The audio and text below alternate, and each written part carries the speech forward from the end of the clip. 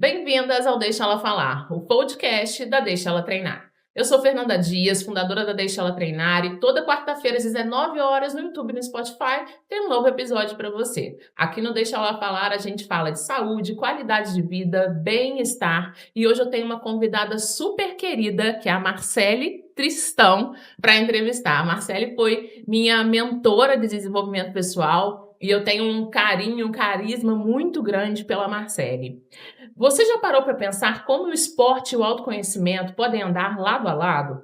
Que a disciplina que nasce na prática física pode ecoar nas suas escolhas de carreira, na sua postura como líder e até na sua autoestima? No episódio de hoje, a gente vai conversar com uma mulher que entende como poucas o impacto da inteligência emocional no desempenho dos negócios, nas relações e, claro, na vida.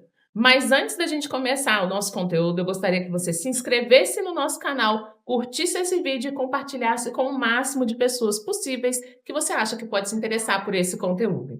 Marcele, seja bem-vinda ao Deixa Ela Falar. Olá, Fernanda, obrigada pelo carinho, muito feliz de poder estar aqui. Marcele, conta um pouquinho pra gente quem é a Marcele, né? O que ela faz, né? Como diria o Globo Repórter, do que ela vive, do que ela se alimenta. Brincadeira. Bom, vamos lá, eu sou Marcele Tristão, eu sou diretora executiva do Grupo Larche, mas eu falo que a minha melhor parte, além de ser mãe, claro, é ser mentora de desenvolvimento pessoal e carreira, né? É onde encontro meu propósito, onde desenvolvo pessoas. Sou também conveniada da Fundação Getúlio Vargas aqui em Juiz de Fora, onde a gente tem oportunidade de estar praticando mesmo e contribuindo no desenvolvimento de tantos líderes e empresários aqui em Juiz de Fora e região. Muito legal, Marcele. E, Marcele, eu queria entender, né, como que a sua trajetória na psicologia te levou a atuar tão fortemente na educação corporativa, né? O que fez você entender que esse era o seu lugar de impacto? Sim, o que acontece? Eu formei em psicologia, mas também em educação, em pedagogia lá atrás. Então, eu sempre tive, né, esse viés do desenvolvimento humano, já há mais de 30 anos aí de carreira, sem querer falar a minha idade, né? Mas aí, com o decorrer do tempo, eu fui entendendo que o viés mesmo de todo negócio, de toda carreira e de toda pessoa é o desenvolvimento pessoal.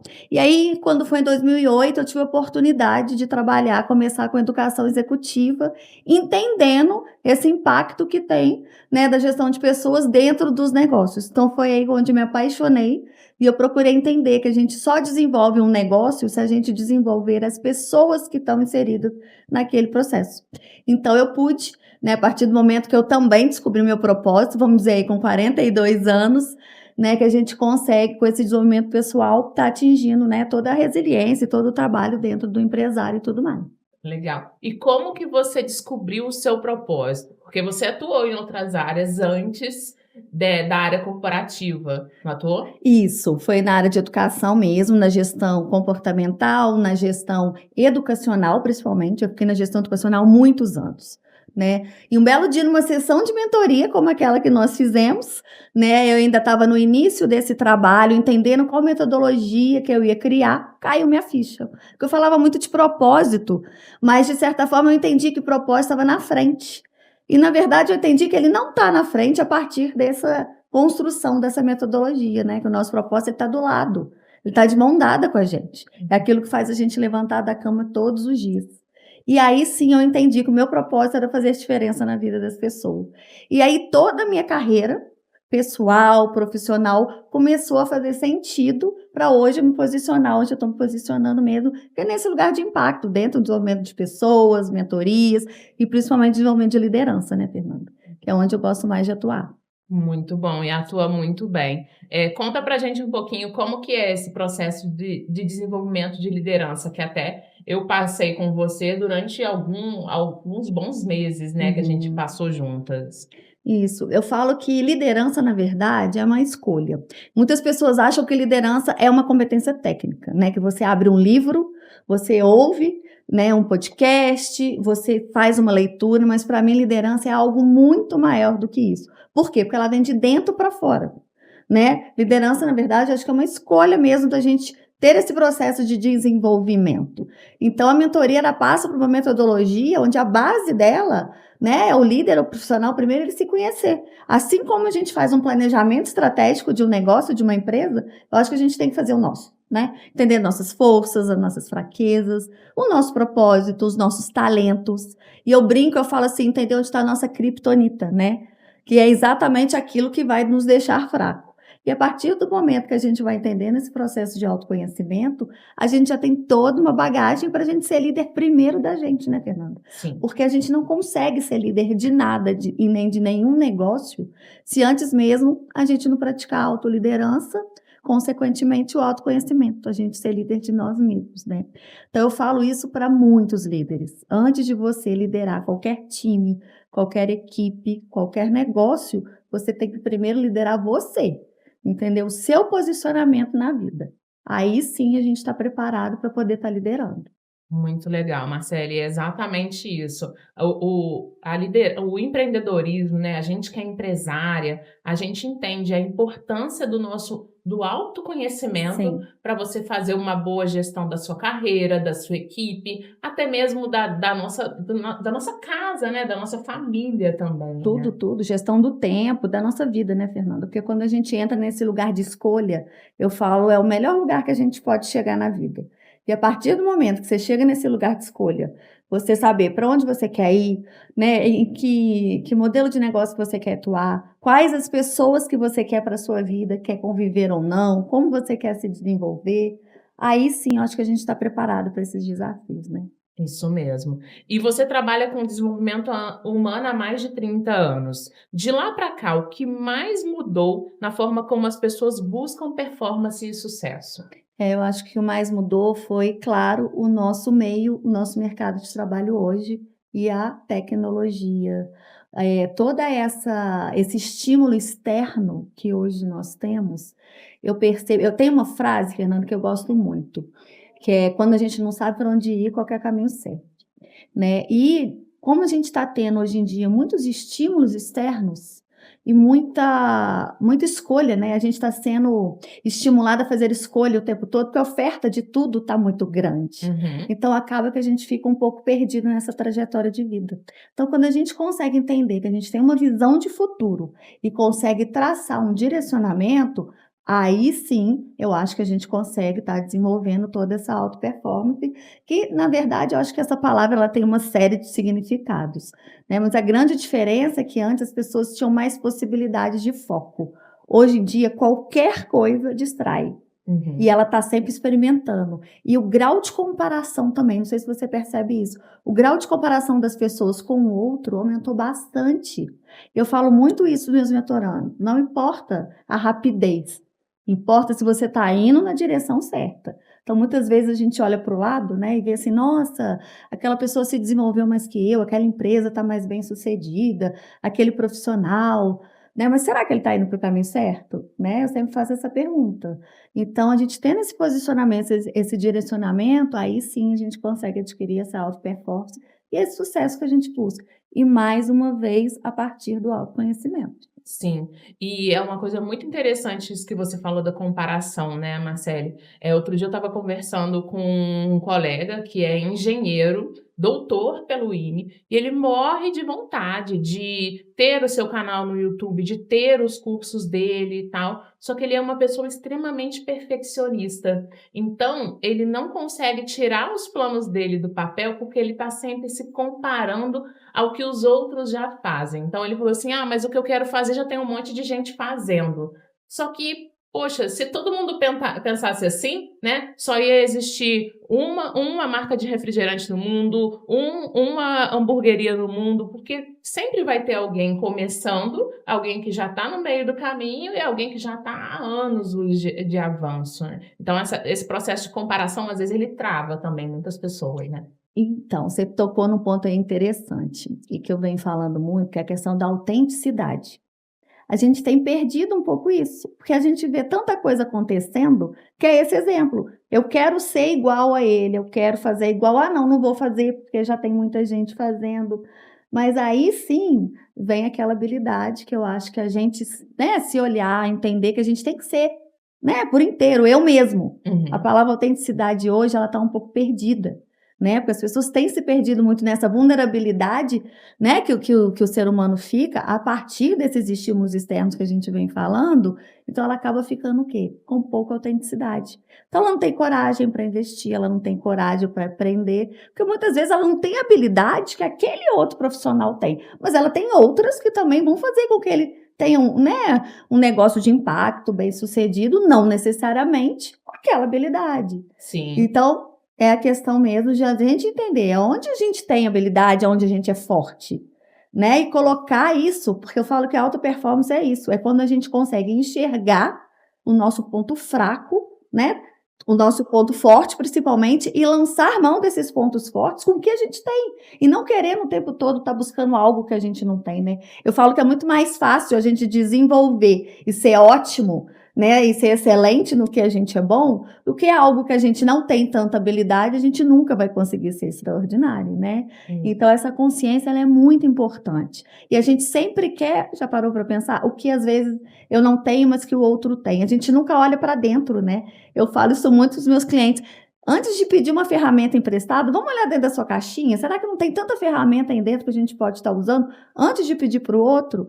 Né, a grande dificuldade da pessoa ter uma autoaceitação, uma autoconfiança. Isso tem acontecido muito também, né? Tem muito a ver com aquela frase, né? Ninguém é bom em tudo, mas todo mundo é bom em alguma coisa. Com certeza, com certeza. E quem trabalha em carreira como eu fala isso o tempo todo. Né? É descobrir mesmo aquele talento que eu tenho, que não é o talento da moda, que não é o talento que todo mundo fala que gosta, mas é o meu talento, o que eu gosto de fazer, né? O que eu realmente, onde eu sou autêntico. Legal. Aqui no podcast, a gente fala muito sobre o impacto do esporte na vida das mulheres. Você acredita que hábitos como a prática de atividade física regular pode influenciar a performance no trabalho e na construção de uma carreira com propósito? Com certeza, né? Essa prática de atividade física, ela está totalmente ligada a uma série de habilidades que a gente tem que desenvolver para esse posicionamento, que é a resiliência, que é o planejamento, que é a disciplina, que é a constância, né? Lá nas mentorias também, quando a gente entra na segunda etapa, que depois do conhecimento é o planejamento de vida, a gente fala muito dessa gestão do tempo, dessa gestão da rotina, principalmente a mulher que você está falando aí, né? A gente tem que equilibrar vários pratinhos ao mesmo tempo. E um deles é entender o seu corpo, é entender a sua saúde física, mental, emocional, né? E como a gente está adaptando isso no nosso dia a dia. Né? E uma das coisas que a gente vincula a essa disciplina é a prática de atividade física, que eu acho que está totalmente voltado para isso. Né? Se você não consegue nem ter uma disciplina para olhar para você, né, para gerir o seu tempo e para você se desenvolver, né, fisicamente, mentalmente, emocionalmente, você não consegue esse impacto também em nenhum outro papel. É isso Né? mesmo. Então, são habilidades que são ali estimuladas, que a gente precisa trazer isso para dentro da carreira mesmo, do negócio, da nossa vida, né? Sim, eu faço uma relação com o esporte muito interessante, sobre metas, né, sobre a gente traçar os nossos objetivos, vamos supor, tô me preparando para uma meia maratona, então é ter aquela disciplina que eu tenho com o esporte, trazer ela para a rotina da minha vida. Sim. E a psicologia do esporte fala muito sobre isso. E acaba interferindo também na psicologia social, que interfere totalmente na nossa performance nas outras áreas da vida, né? Que é a organização mesmo, né? Se a gente não está bem organizada dentro, a gente não consegue fazer isso fora, né? E a atividade física ajuda bastante. E hoje, Marcela, existe uma pressão estética muito forte sobre nós mulheres, inclusive no mundo corporativo. Na sua visão, o quanto essa cobrança por uma imagem ideal interfere na autoconfiança e na performance de mulheres líderes? Voltamos àquela palavra, autenticidade, né? A gente entender o nosso papel de escolha, o nosso papel de fala, né? E acreditar mesmo que a gente consegue chegar nisso. A gente tem aí uma cultura, né, de que a mulher ela não consegue ocupar determinados cargos de liderança como o homem. E eu falo, não é isso, né? O homem nasce já com algumas habilidades processuais mais desenvolvidas do que a mulher, porque a gente tem toda uma questão hormonal que faz com que a gente, né, fique mais sensível em determinadas questões. Eu falo que isso é até bem polêmico, eu não ia falar no outro, mas falei, vou falar aqui. Mas eu acho que é importante isso, porque a gente precisa desenvolver essas habilidades processuais, né, que já racionais, vamos dizer assim, que não são tão valorizadas hoje no mercado feminino, né, na liderança feminina, mas que são essenciais. Então, a gente precisa desse posicionamento para a gente conseguir entender que papel é esse que a gente está exercendo no mercado. Eu acho que o preconceito vem muito mais da gente, né? Tem muito mais. Então, claro, de repente a gente vai ter um tempo a mais para a gente estar desenvolvendo determinadas habilidades racionais, mas o mercado hoje, Fernanda, ele pede habilidades humanas. E ninguém melhor do que a mulher para estar trazendo esse olhar humano para dentro do negócio, né? A gente está vendo aí a inteligência artificial hoje e tanta gente apavorada com isso. Mas quando você tem esse olhar humano, né, esse olhar de consciência, nada te segura, né? Então, esse posicionamento nosso ele é bem interessante mesmo por isso. Legal. E você falou aí de algumas habilidades que as mulheres têm, né? Que varia muito de acordo. Homens têm algumas habilidades e mulheres têm outras, né, Marcele? Quais que você acha que são habilidades das mulheres que potencializam a nossa performance dentro do mundo corporativo? Eu acho que esse olhar genuíno do humano mesmo, né? Habilidade de relacional, né? Habilidade da vulnerabilidade, porque a mulher que ela entende que vulnerabilidade ela não é fraqueza, ela é uma força, ela também consegue chegar onde ela quiser, né? E o homem dificilmente ele concorda em ser vulnerável, né? Sim. Então, eu acredito que a gente tem esse olhar genuíno mesmo, essa consciência de uma habilidade um pouco mais sistêmica do que o homem. Sim. E você fala muito sobre inteligência emocional como um diferencial estratégico. Quais são os sinais de que uma mulher é desconectada de si, mesmo que esteja performando bem externamente? Quando a gente percebe que uma gestão do tempo está muito, né, tá muito tumultuada, quando em determinadas reuniões você percebe um tom de voz mais alterado, quando ela começa a fugir muito da rotina dela, né, a gente consegue ver, mesmo aquela que às vezes quer tentar esconder, né? Sim. Porque assim, inteligência emocional hoje também para mim é a principal habilidade que a gente precisa ter. Você falou lá da mulher e a mulher também tem uma capacidade maior para desenvolver emocionalmente que o homem, né? Sim. E inteligência emocional a gente consegue desenvolver? Como que funciona? Para mim, ela, antigamente, até pouco tempo atrás, Fernanda, eu falava que a gente tinha que desenvolver habilidade técnica e habilidade comportamental, e elas se somam. Mas agora, com o passar do tempo, principalmente depois da pandemia, eu tenho observado muito o comportamento humano, né, que é a minha área de estudo. Eu tenho percebido que se a gente não tiver uma inteligência emocional equilibrada, a gente não consegue desenvolver nenhuma das duas outras competências, nem técnicas, nem comportamentais. E para isso, a gente precisa da atividade física, a gente precisa entender o que é o nosso hobby, que eu falo que hobby é aquilo que a gente faz por uns 5 minutos sem pensar em nada, aquilo ali é um hobby. A gente precisa trabalhar o nosso autoconhecimento através de uma análise, através de uma terapia. A gente precisa entender o nosso lado espiritual. Então, são uma série de coisas que hoje compõem essa inteligência emocional, né? Não adianta a gente só falar, eu tenho inteligência emocional porque eu tenho autocontrole, porque eu sou equilibrada. Mas será que esse autocontrole você está sabendo elaborar o que você está controlando? Ou você só está julgando para dentro e em algum momento aquilo sai?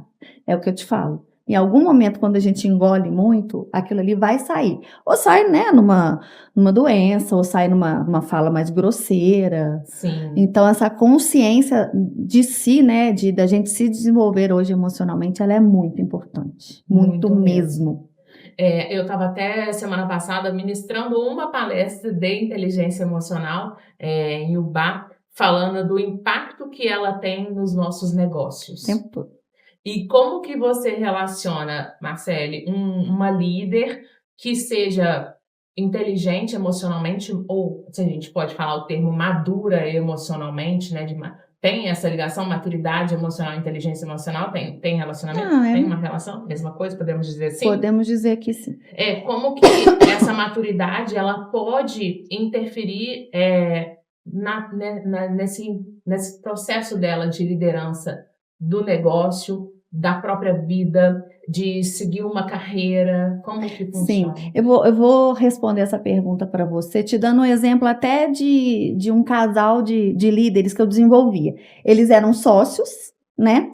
O marido, ele tem uma competência técnica, assim, extraordinária, né? Um cara que você fala assim, pô, esse cara sabe tudo. Mas inteligência emocional totalmente vulnerável, zero. E ela já tinha menos competência técnica em determinadas áreas de atuação, vamos trazer para o negócio, para a área de gestão. Em compensação, tinha uma inteligência emocional, tem, né? Incrível. Consegue se posicionar, né? Consegue entender onde ela quer chegar, tem o seu lugar de escolha, consegue lidar bem com as emoções, né? E aí é impressionante. Aí, por um acaso aí, há uns 2 anos atrás, eles se divorciaram. Então, ali você percebeu claramente quem se destacava né, quando se deparou com um desafio. Então, eu falo que a pessoa que tem inteligência emocional, ela está muito mais preparada para os desafios da vida, para as provações, para as quedas. Sim. Né? Porque ela consegue se controlar, vamos dizer assim. Ela consegue lidar emocionalmente com aquela situação. Ela não se envolve muito no outro, ela entende onde é demanda do outro e onde é demanda dela. E isso é super importante, porque a pessoa que é muito vulnerável emocionalmente, o tempo todo ela está agindo em função de quem? Do outro. Do outro, da sociedade, daquilo que voltamos à autenticidade. Sim. Então, eu acredito que a inteligência emocional contribui muito para a gente ser a gente mesma, né? Sim, com certeza, com certeza. É isso mesmo. E como que a gente pode equilibrar a busca por performance com a saúde mental? Porque às vezes a gente entende que alta performance, como estar sempre disponível, produtiva e perfeita, e isso a gente sabe que não é sustentável, né, Marcelo? Então, como que a gente equilibra a performance com a saúde mental?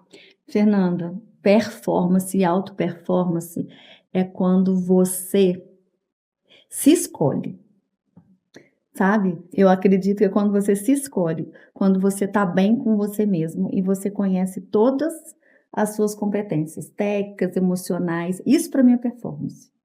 Sim. Aí fica mais fácil da gente conseguir equilibrar, né? Isso que você está falando. Então, performance eu acho que é quando a gente está bem com a gente mesmo, quando a gente entende que aquele lugar é nosso, quando a gente entende que aquele papel é meu, né? Quando eu não me vulnerabilizo para ter determinadas situações.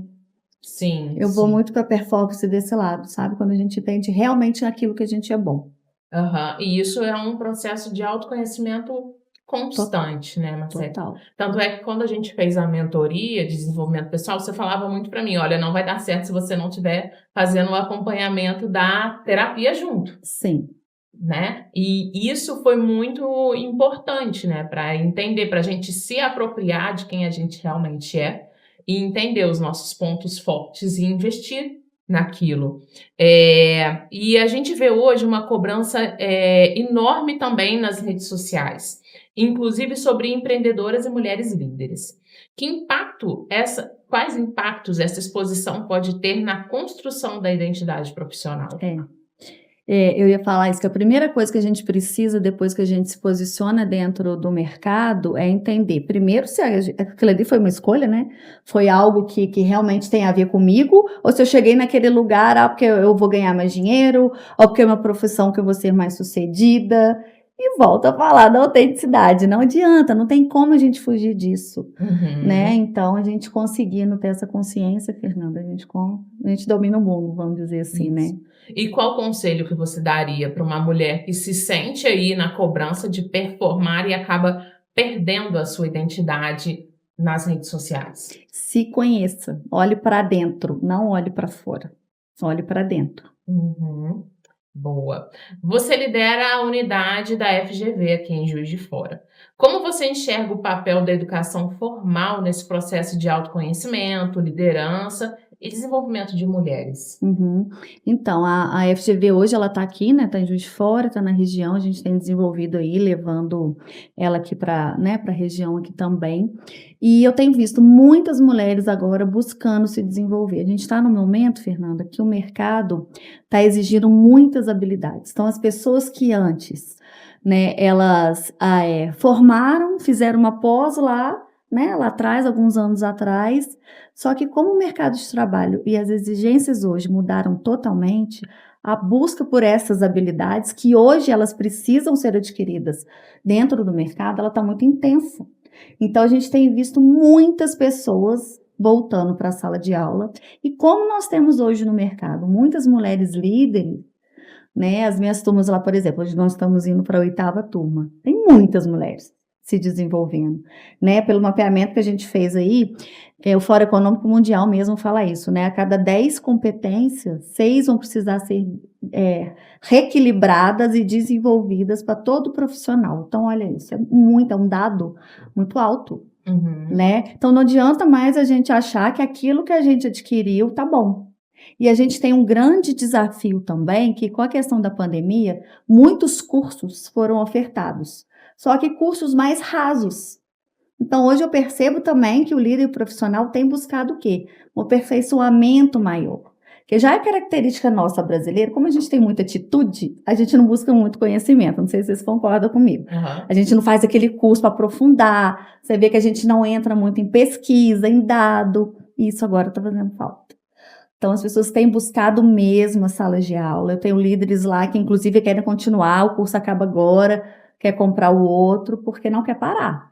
Né? Que a gente está na era mesmo do lifelong learning, né? Que é o aprender, desaprender e reaprender. Aprender o resto da vida. Isso. Então, essa busca pelo conhecimento, o mercado nos próximos 5 anos, ele vai exigir muito.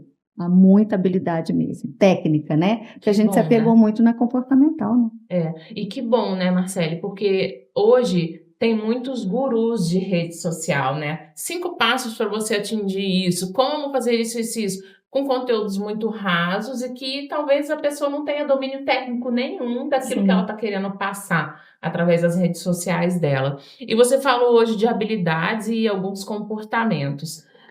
Eu sei que existem vários, né? Mas qual que você acha que são os fundamentais para uma pessoa se desenvolver enquanto líder, enquanto uma pessoa madura também emocionalmente?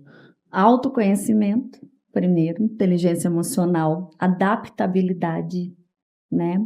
Não adianta hoje a gente achar que a gente se desenvolveu para aquilo, entendeu aquilo. Flexibilidade, né? O mercado está mudando a todo momento. A inteligência artificial está aí. Muita coisa que a gente aprende hoje, daqui 3 semanas já passou, ficou obsoleto. Então, como a gente se adaptar a isso?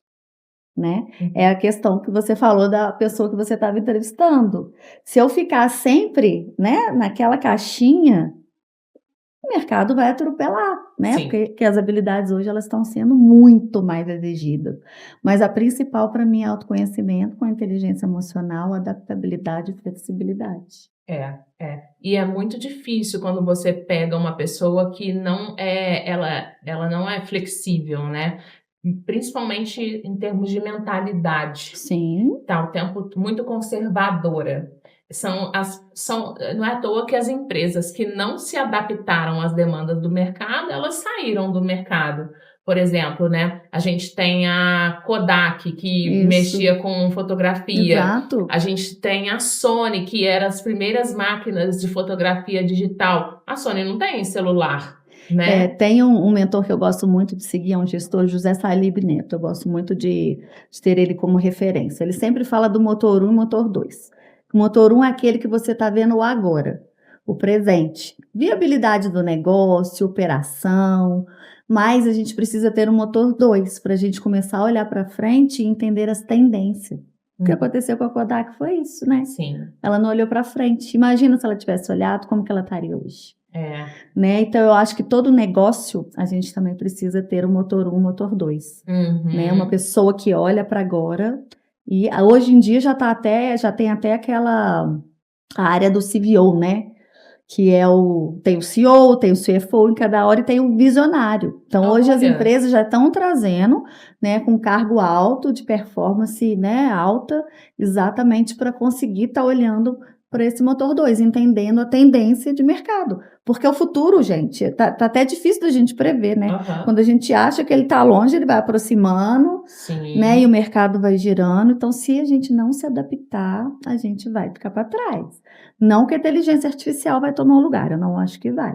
Mas quem não souber lidar com esse mercado, né? Sim. E com essa avalanche de informação e com a IA chegando, a gente vai ficar para trás. Aham, com certeza. E acho que há pouco tempo atrás a gente estava falando da inteligência artificial como se ela fosse algo muito distante. Agora a gente já está utilizando, e eu acho que daqui a alguns meses, quando a gente estiver falando, será que escutando a gente falando lá atrás se a inteligência artificial ia ou não substituir, a gente fala assim, nossa, tem tão pouco tempo que a gente está falando isso, e olha como as coisas passam rápido, né?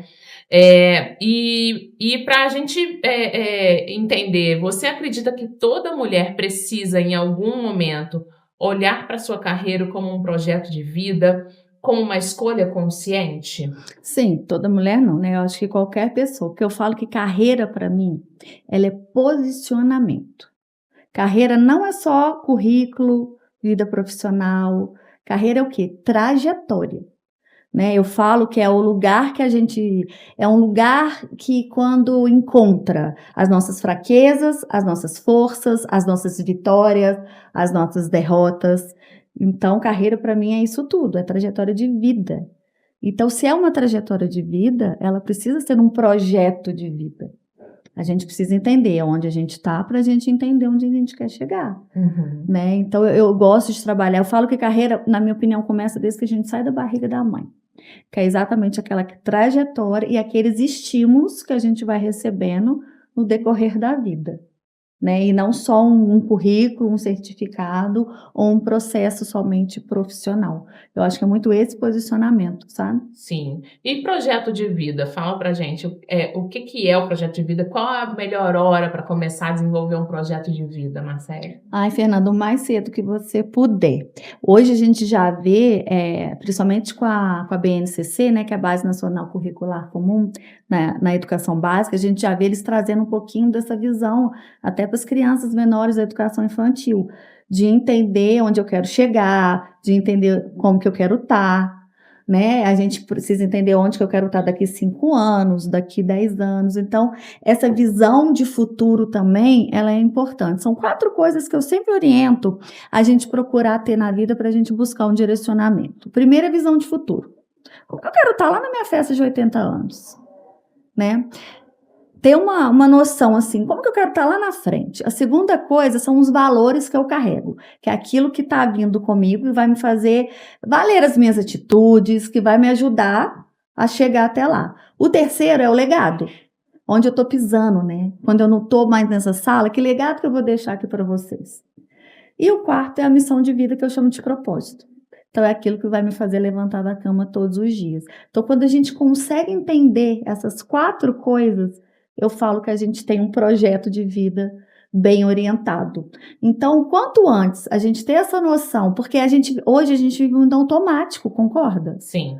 A gente está muito no automático. Então, se a gente está no automático, a gente não está trabalhando, planejando, tentando alcançar meta, objetivo, porque a gente vai onde a vida me levar, né? A gente está sobrevivendo e a gente não está vivendo.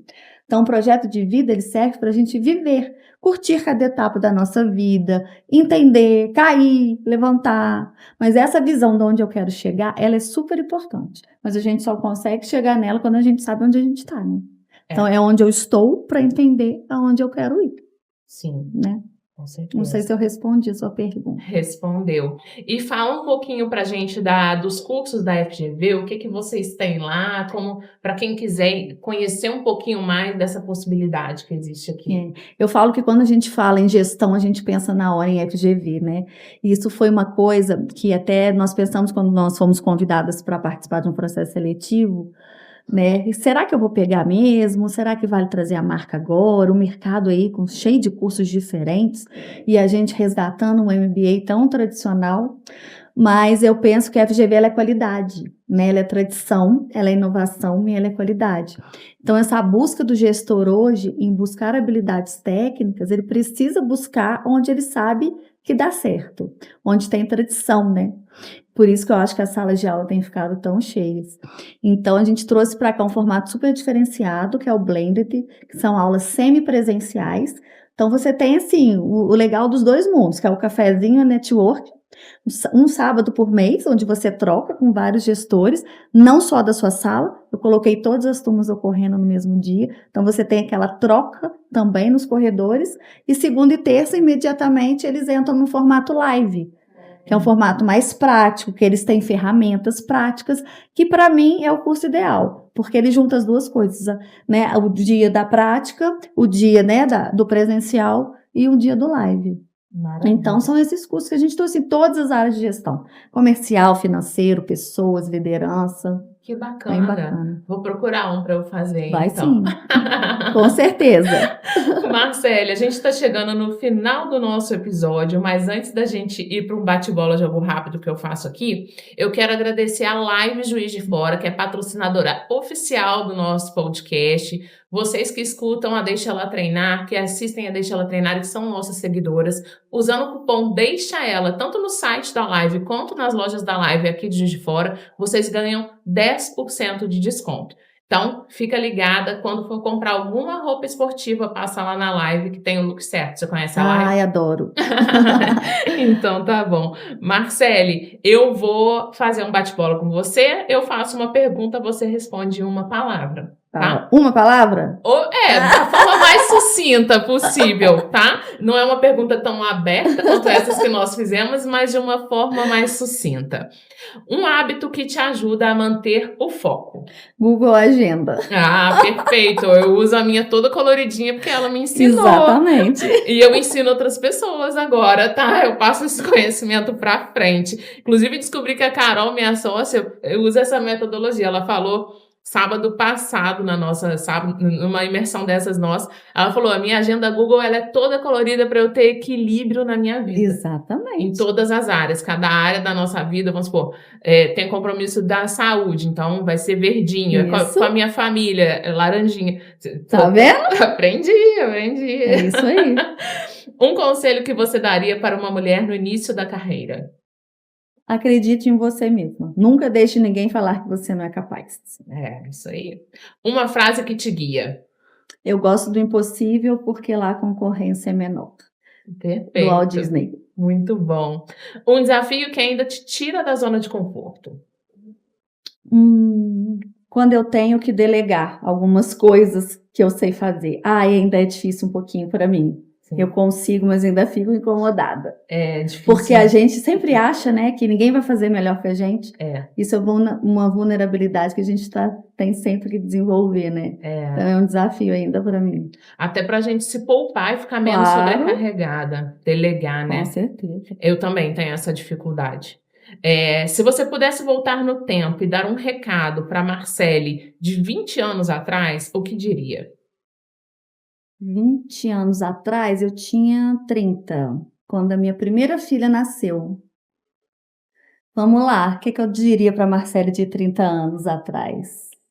Acredite no seu potencial, seja autêntica e nunca deixe ninguém falar que você não é capaz. Muito bem, Marcele. E eu queria agora que você deixasse suas redes sociais, seu contato, onde as pessoas te acham na internet. Marcele.Tristão, em todas as minhas redes sociais. Marcele com 2 L's, né? Marcele com 2 L's, LinkedIn.